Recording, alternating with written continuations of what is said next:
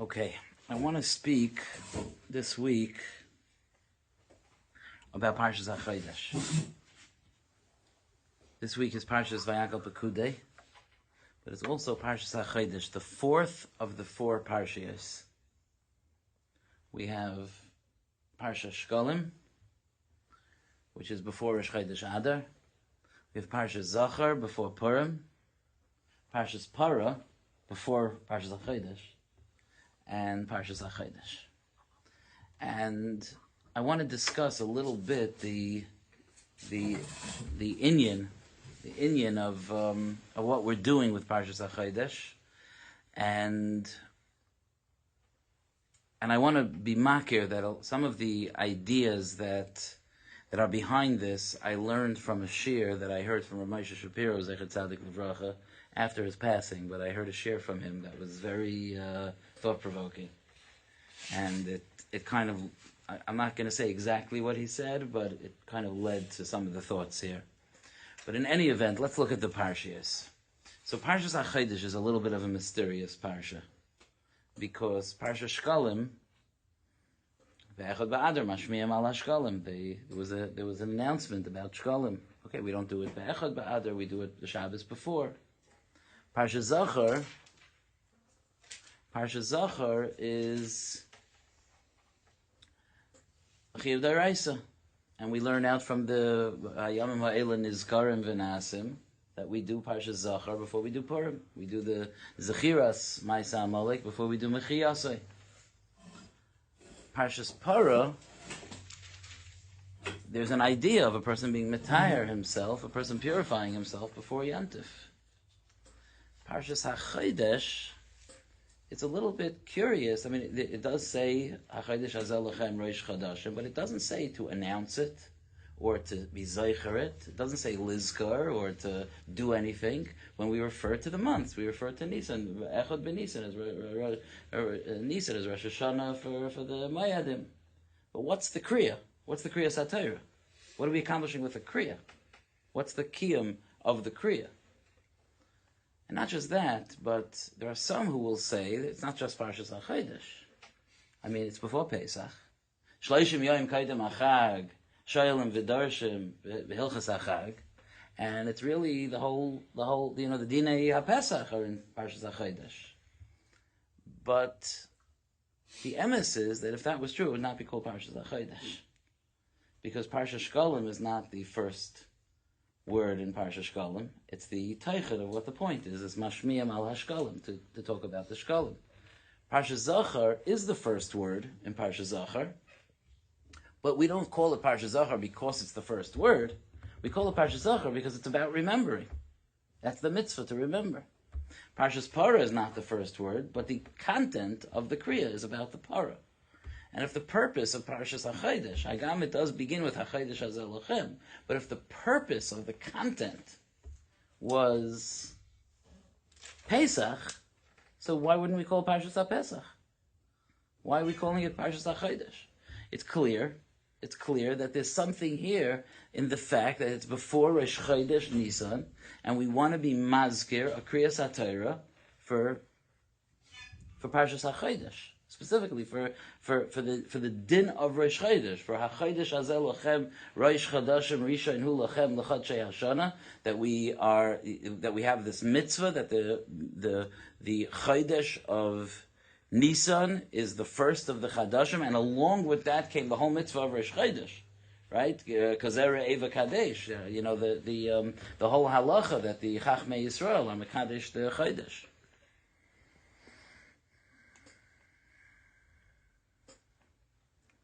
It's an interesting thing that we have a halacha that before Yantif we learn the halachas of Yantif. And there's a whole discussion in the Paiskim, how long before Sukkot is the halacha of learning the halachas. There's plenty of halachas of Sukkot. Before Atzeres even there's a discussion, Shavuos. There's a halacha of learning the halachas before Yantif, and that's very reasonable halacha, because the halachas of Yantif are complex, and there are many, and there's a lot to know, so it makes sense that we're miyachid a month before Pesach to learn the halachas of Pesach. But the Gemara says, in addition to that, that Moshe tiken lahem liyisrael, that they should learn hilchas chag b'chag. In addition to the halacha of learning the halachas of a yantif before the yantif, there's a halacha that a person should learn the halachas, the dinim, the inyanim of a yantif on the yantif. Hilchas chag b'chag. Hilchas pesach b'pesach. And that can't be simply so that I should know the halachas. It doesn't say, for example, that you shouldn't, if it's getting close to Shkia already, it's not Kedai. It doesn't say that. There's no such a thing. It's not about that I should learn the halachas of the yantif because I have to know them. It's 100% a kiyum of learning Hilchas Chag B'Chag to learn the halachas of the Afikomen after the Seder. There's something else there, that there seems to be an idea that there's a Kriyas HaTorah of the yantif. And similarly, there seems to be a Kriyas HaTorah of Chodesh Nisan as well, and that's Parshas HaChodesh.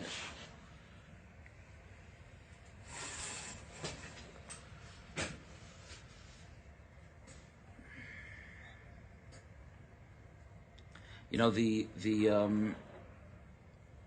Yomim Tovim,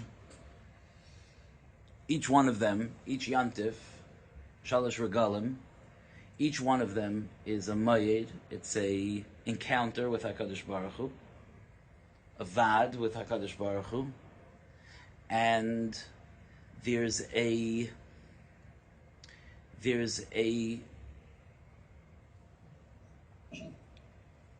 mission that Klal Yisrael has that's expressed when Klal Yisrael observes Yom Tovim. And that mission is the job of Klal Yisrael, the reason that we are here, which is for us to bring the presence of Hashem into this world. HaKadosh Baruch Hu created a world, it's called an Olam, it's a lashon of He'elam, it's hidden. The presence of Hashem is hidden in the world, it's a physical world, it's an Olam HaTeva. And HaKadosh Baruch Hu gave us the job, starting with Avram Avinu,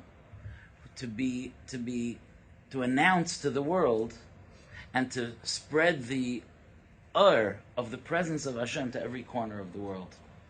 And right now, at this point, we do it by observing the mitzvahs Hashem and by learning His Torah and by living in this Olam HaTeva, this physical world, in the godly way that HaKadosh Baruch Hu told us to. We announce that there's a HaKadosh Baruch Hu in the world and that we're listening to His tzivui.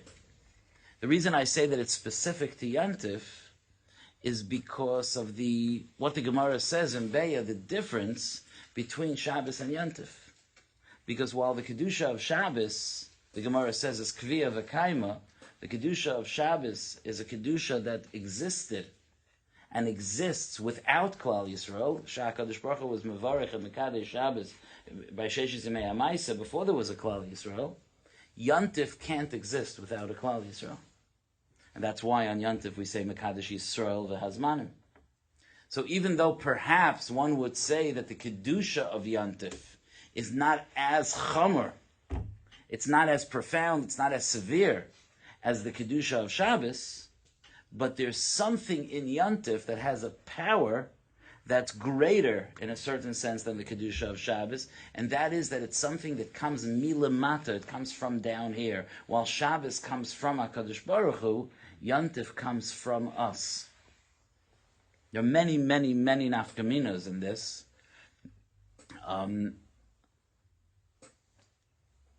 I'll just tell you one, maybe two, if I can't hold myself back. One of them is that it's been pointed out that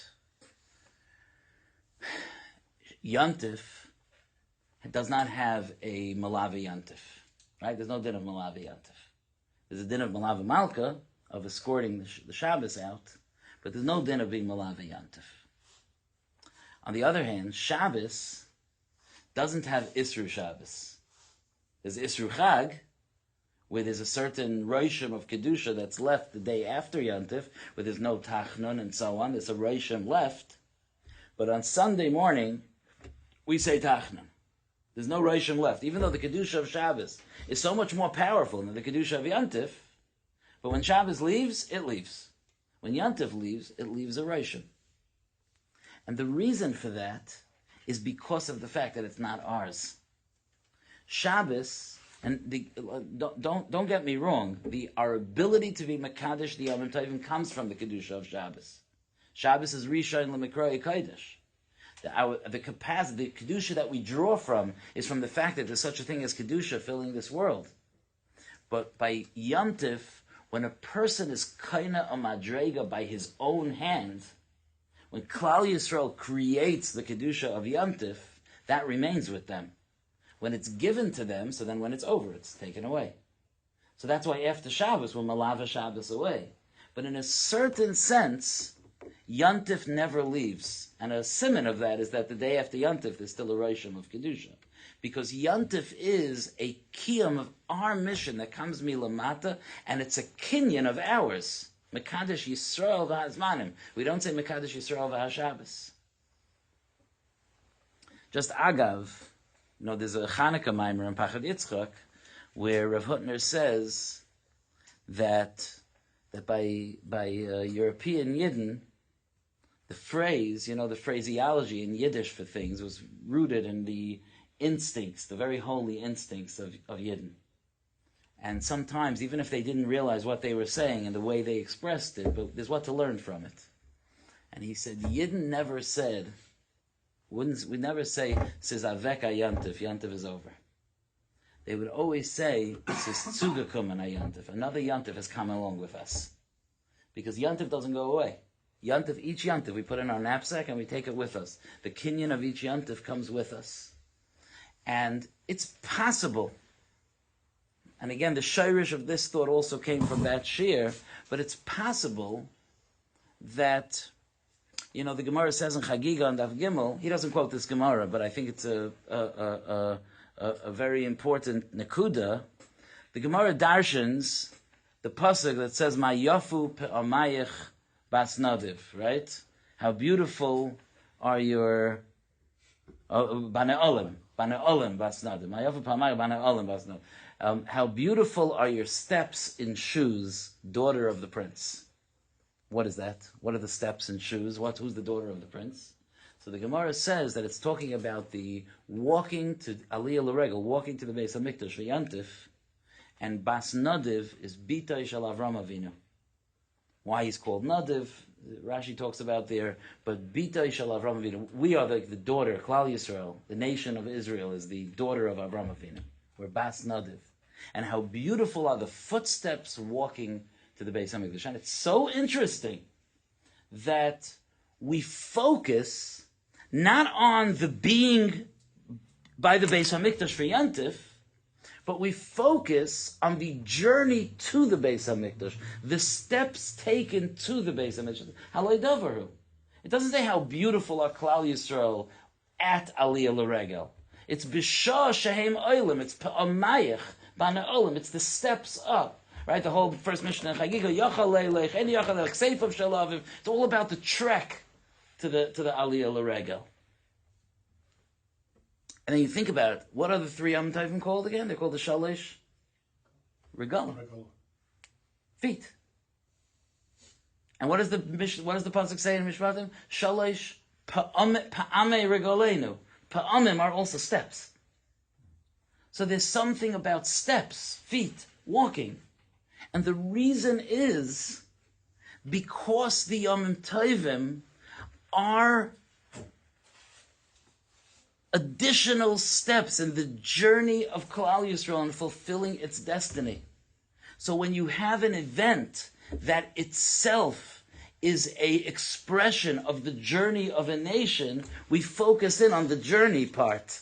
That's the part that we're madgish, because the whole yantif is regalim, is a journey, is walking, is being megala, kavod shamayim, is the year after year, yantif after yantif, Klal Yisrael being megala, kavod shamayim. But I think it's more than that. It's that the whole capacity that Klal Yisrael has to make yantif is because Klal Yisrael controls the calendar. That's why it's Mekadesh Yisrael v'Azmanim, right? Because we're Kaveh the Yom Tovim. How are we Kaveh? We're not Kaveh Yom Tov, we're Kaveh Rosh Chodesh. HaChodesh hazeh lochem Rosh Chodashim. Rishon hu lochem l'chodshei Hashana. The mitzvah of Rosh Chodesh is really at the core, at the center of our ability to bring this kedusha into the world. That's what it is. We're makadesh the Chodesh. We've taken control of time in a certain sense. Here you have a natural world that's subject to the winds of time, and it's relentless, and there's no control, and the laws of nature are shaylet, and in walks a Klal Yisrael that no, B'sulei HaChayzrim. No, when we say it's Rosh Chodesh, that's when it's Rosh Chodesh. And we control the Zman, and the constellations will obey our Bezdin's Psak. And there's a certain revelation there of the ultimate job. It's not a side thing that a Rosh Chodesh, we're Kaveh the Chodesh, we're very powerful. No, it's a message that informs the whole mission of Klal Yisrael, which is to transform the physical world into a world that speaks Kavod Shamayim. And since the world is defined by its past and present and future, by its history, the fact that we can go in there and we're Mekadesh the Levana, and we could control the Zman and be Mekadesh the Zman, it demonstrates something about who we are, about our destiny, about our mission, about our tafkid, about our pa'amim, about our journey. Now you understand with greater depth what Rashi meant in the beginning of Parshas Bereshis, when it says that the Torah should have begun with HaChodesh Hazeh Lochem Rosh Chodashim. Really, the Torah shouldn't have begun with Bereshis Bara Elokim Es HaShamayim Ve'es HaOretz, with Bereshis. The Torah should have begun with Parshas Bay, with HaChodesh Hazeh Lochem Rosh Chodashim. Why? Why should the Torah have begun with Parshas Bay? Because Parshas Bay is the mission. The mission starts in Parshas Bay. The first mitzvah, and there's a reason that it's the first mitzvah, because this is the mission. The mission is to fill the world with Kavod Shamayim, to reveal Kavod Shamayim in the world, to show that the world it's a facade, the laws of nature, like the Ramban in the end of Parshas Bay. The laws of nature are a facade, and there's a Hashem running the world, and we're here to announce His presence. So why did we start with Bereshis Bara Elikim, which is the natural Seder of Zman, which just unfolded in a historic fashion until HaChodesh Hazeh Lochem? Okay, Rashi says why. It was very important. Kayach Ma'asav Higid La'ama. It was very important that we understand that Hashem created the world, and He created the world for Klal Yisrael, B'Shvil Yisrael Shenikra Reishis, and that we deserve Eretz Yisrael, and whatever the Rashi says, and all of the many discussions that have been had about that Rashi. But the Kasha, I think, is brought into sharper focus to realize that this mitzvah of Rosh Chodesh is like a signpost. It's a siman of a much broader mission that you and I have on a daily basis, which is to be Megala, the honor of Hashem, in a physical, mundane world that doesn't see Him and doesn't believe Him, and to reveal His presence and to be Megala that. And that begins with HaChodesh Hazeh Lochem Rosh Chodashim.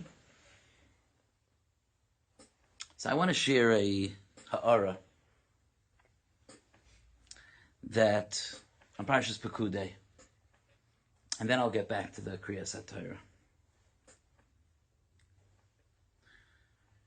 In Parshas Pekudei, it goes through all the things that the Kohanim, that the Oisei Malacha made. And at the end of each one of the things that they made, it says that they did it kasher tziva Hashem es Moshe. V'cheshev afudasei asher olav kasher tziva Hashem es Moshe. Al kisvei so eifod avnei zikaron kasher tziva Hashem es Moshe. Each one of the big day kahuna kasher tziva Hashem es Moshe. The placement of the Kalim in the Mishkan, Kasher Tziva Hashem es Moshe, again and again and again and again, as Hashem commanded Moshe, as Hashem commanded Moshe, as Hashem commanded Moshe. And it jumps out at you what the point is, what the message here is, that everything was done as Hashem commanded Moshe. In a way, if it wouldn't even say it one time, we would kind of assume that if in Parshas Truma and Tetzaveh, there were instructions to do it, and in Parshas Vayakel and Pekudei, it reports that they did it, I think we would assume that it was Kasher Tziva Hashem es Moshe. What is the hadgasha? What is the emphasis that it was as Hashem commanded Moshe? So Rav Hutner used to, in the beginning when he started Koil Gur Aryeh, he used to write a letter to the supporters of the Koil to be mechazik them and to talk about how important the Koil is and so on every few months.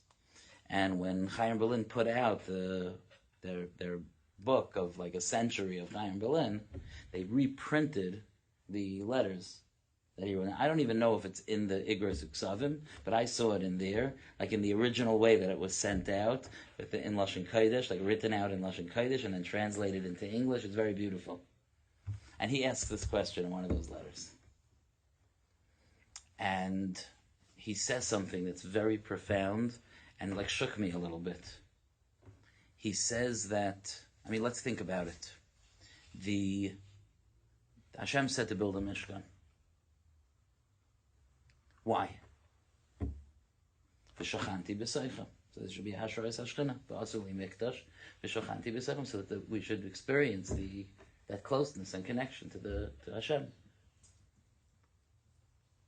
Now, when you do a project for a certain purpose, it's easy to get lost in the project and forget the purpose. And this is true in many different ways in life. That sometimes you could get lost in the project of the project without thinking of the reason that we're doing this. Those of us that are involved in institutions, sometimes you could get so busy with the work of the institution that you forget why you have the institution. And things suffer because of that. When you're not plugged in to where and why this is coming from, there's something missing in the work that you're doing. Now, there were craftsmen and very, very, very devoted and talented people that were building the Mishkan and making the Big Day Kahuna. And it took tremendous skill. And it took tremendous Mesiras Nefesh. But there is always the sakana that Lav Dafka is the builder building with the final result in mind. That might not be true. And with a building like the Mishkan, it must be built with the final result in mind. Every piece of gold and silver and copper and tchelas and argaman and telas shani needs to be put into place for the purpose of Hasharas Hashchina. Each move to build the Mishkan needs to be done ki nichsaif nichsafti, because I'm yearning for the presence of Hashem, because that's what the Mishkan is all about. Lirais v'seferes uzecha. Like Rashi says, sure, I pointed out this Shabbos, Rashi says and Rabbi Chayfetz showed me this Rashi, that when it talks about in Parshas Ki Sisa, it has the Parsha of Shabbos, right next to the Parsha of Melechas HaMishkan, and Rashi says you might think that you should even build the Mishkan on Shabbos, and that's why the Torah warns you about Shabbos next to the building of the Mishkan, so you should know that you can't violate Shabbos in the building of the Mishkan. Rashi says that you might think that you should build the Mishkan because you're redufim uzrizim ba'asiyasai. An amazing lashon. You might think that you are redufim is like driven. That's the word I came up with. It's like you're driven and hurrying to get this job done, to do this job. You're on a mission. You're in full passion mode to get this job done. You might think that I shouldn't even stop for Shabbos. This is about bringing the Shekhinah into the world. In fact, what I suggested on Shabbos was that we only do stop for Shabbos because that's really what Shabbos is anyway.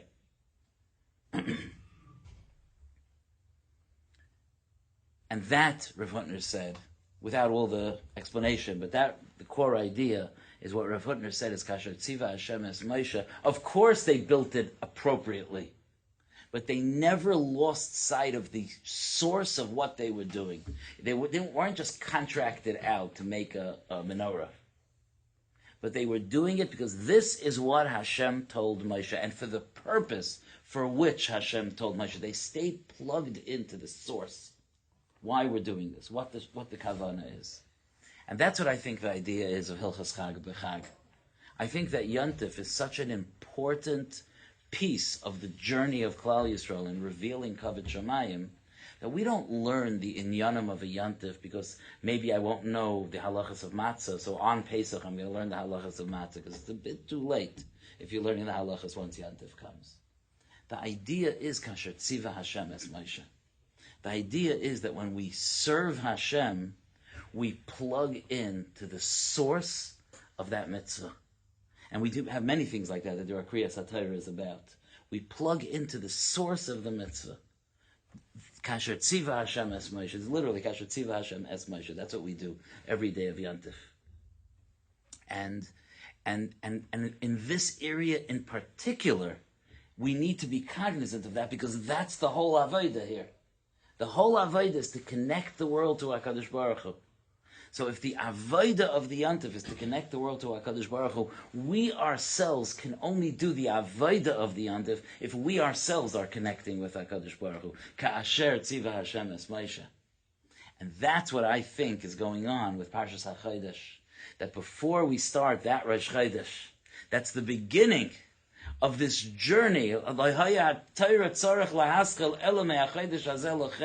mission of Klal Yisrael to reveal Kavod Shamayim, we ourselves have a Kriyas HaTorah, where we attach ourselves to the source of that mission. And I think that it's a lesson for us. It's a chizuk going into Parshas HaChodesh to understand what it means. It's not just not that would be a just, but it's not just a Kriya about Rosh Chodesh or even about Pesach, but it's a testament to the mission that we each have as part of the community of Klal Yisrael and individuals as members of Klal Yisrael to bring that awareness into the world. And I think there's a side strand of Musar here that we get lost sometimes in the point of what we're doing. I know for me in my jobs, you could forget. I'm running a yeshiva, and if I forget why, I'm not going to treat the boys the right way. And if I forget why I'm here as a Rav, I'm not going to treat the shul the right way. Because you can get so lost in the work that you forget why you did it. It could be true with a doctor as well. You can get so lost in the work that you forget the why. And it's important that we remain plugged into that. You know,